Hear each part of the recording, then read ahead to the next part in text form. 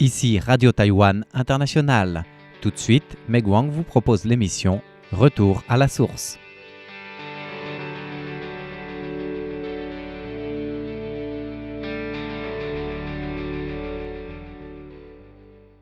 Bonjour à tous, vous êtes bien à l'écoute de Radio Taïwan International si vous nous rejoignez.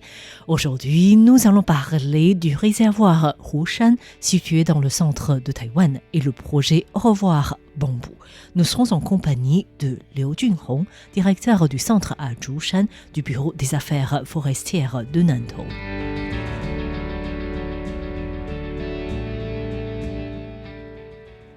Le réservoir Hushan, situé dans le comté de Yunlin, est le 9e réservoir du pays en termes de capacité. Le réservoir, inauguré en avril 2016, a pour objectif d'alimenter les comtés du centre et du centre-sud du pays.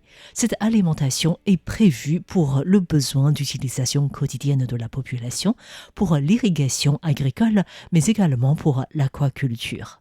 Cette nouvelle source d'eau avait été mise en place pour atténuer les problèmes d'affaissement du sol causés par l'extraction des eaux souterraines et de la contamination par l'arsenic des eaux souterraines et améliorer la qualité de l'eau.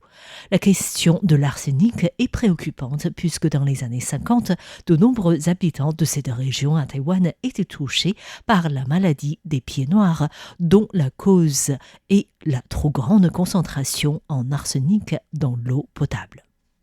Pour parler du projet Au revoir Bambou, il faut parler des forêts qui ne sont pas seulement riches en faune sauvage. Les forêts proches des communautés d'habitation conservent également la trace des activités humaines. Et le gouvernement avait commencé à promouvoir la location des terrains en bambou appartenant à l'État à des fins de reboisement vers 1950. Cependant, afin de générer le plus rapidement possible des bénéfices économiques, les agriculteurs se sont orientés vers des cultures plus rendables comme la noix de bétel ou les arbres fruitiers.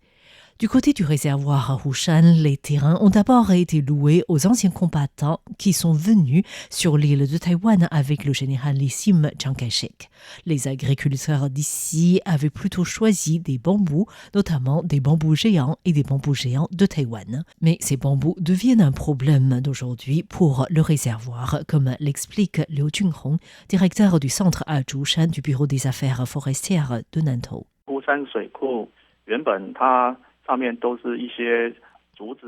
Le réservoir Hushan est entouré de bambous puisque de nombreux habitants vivaient des pousses de bambou.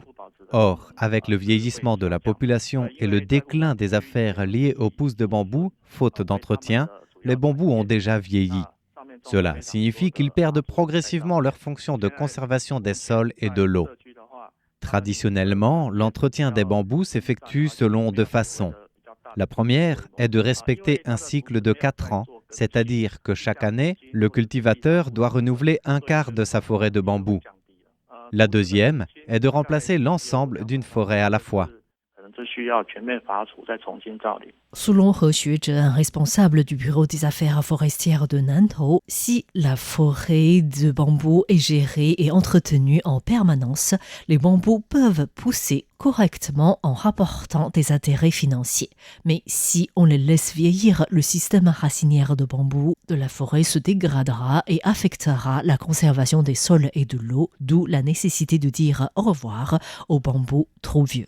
Afin de restaurer l'écosystème de la forêt de zone du réservoir Hushan, le bureau des affaires forestières de Nantou a lancé le projet Au revoir Bambou pour éliminer les forêts de bambou vieillissants. Le travail est mené en collaboration avec l'association locale de la protection de l'écologie et de la culture du réservoir Hushan afin de replanter des arbres feuillus de basse altitude de Taïwan. Il s'agit des espèces dont se souviennent la population locale. Cette dernière travaille également ensemble dans ce projet.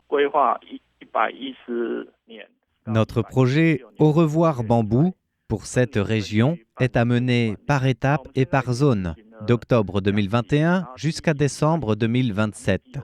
Nous avons déjà accompli 2 premières étapes. La première a concerné 3,44 hectares. Dans cette zone, nous avons planté des copalmes de Formose, des frênes à feuilles persistantes ou encore du bois jasmin pour remplacer les bambous. Il y a environ 800 arbres par hectare. Pour la deuxième étape, qui est menée sur 2,72 hectares, nous avons planté 2176 arbres comprenant des tonnelles, des arbustes, des plantes nectarifères ou encore des plantes pour attirer les papillons. Ce projet a plusieurs objectifs. Tout d'abord, assurer le travail de la conservation des sols et de l'eau. Ensuite, assurer une source stable de nectar. Troisièmement, les bambous abattus peuvent être réexploités. À ce sujet, pour la première étape, notre antenne à Nantou a collaboré avec les chercheurs et les entreprises locales pour fabriquer des pots de pépinière biodégradables, des pellets de combustible en bambou et des sachets de charbon de bambou.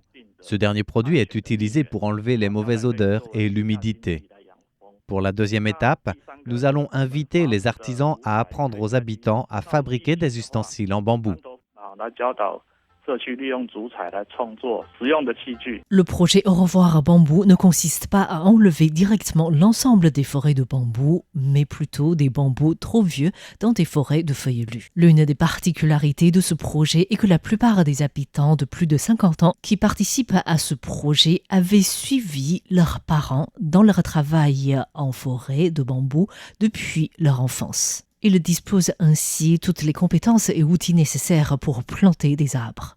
Pour mener à bien ce projet, ces personnes qui font partie de l'Association pour la protection de la biologie et la culture Rushan ont communiqué et coordonné avec le bureau de gestion forestière de Nantou pour décider l'ampleur, la superficie, les espèces d'arbres à planter, des méthodes à utiliser ou encore le calendrier de reboisement. Des plantes pour attirer les papillons ont été volontairement choisies, comme l'explique Liu Junhong, directeur du centre à Zhushan du bureau des affaires forestières de Nantou. Ce lieu se situe sur le trajet de migration des papillons. C'est pour cela que nous plantons des plantes nectarifères. Cela permettra aux agriculteurs d'élever des abeilles sous les bois à l'avenir. Au niveau de l'écologie de la région, en 2021, nous avons chargé une association locale d'étudier la situation du réservoir.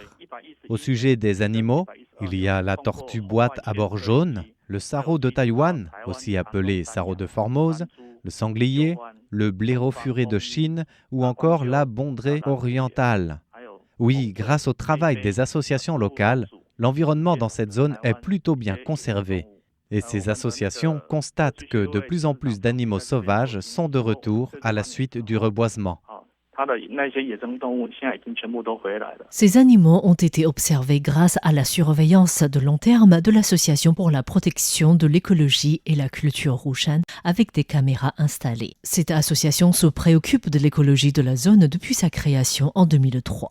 L'association a par exemple observé 22 espèces de grenouilles, même si ce nombre est déjà largement inférieur à la situation d'avant la construction du réservoir. L'association est particulièrement fière, d'ailleurs, d'avoir observé de nouveau des œufs de la tortue boîte à bord jaune, puisque ces tortues avaient été déplacées lors de la construction du réservoir dans le but de les protéger. Pour l'association, le retour de ces tortues est un signe de nouveau départ de l'écologie de la région.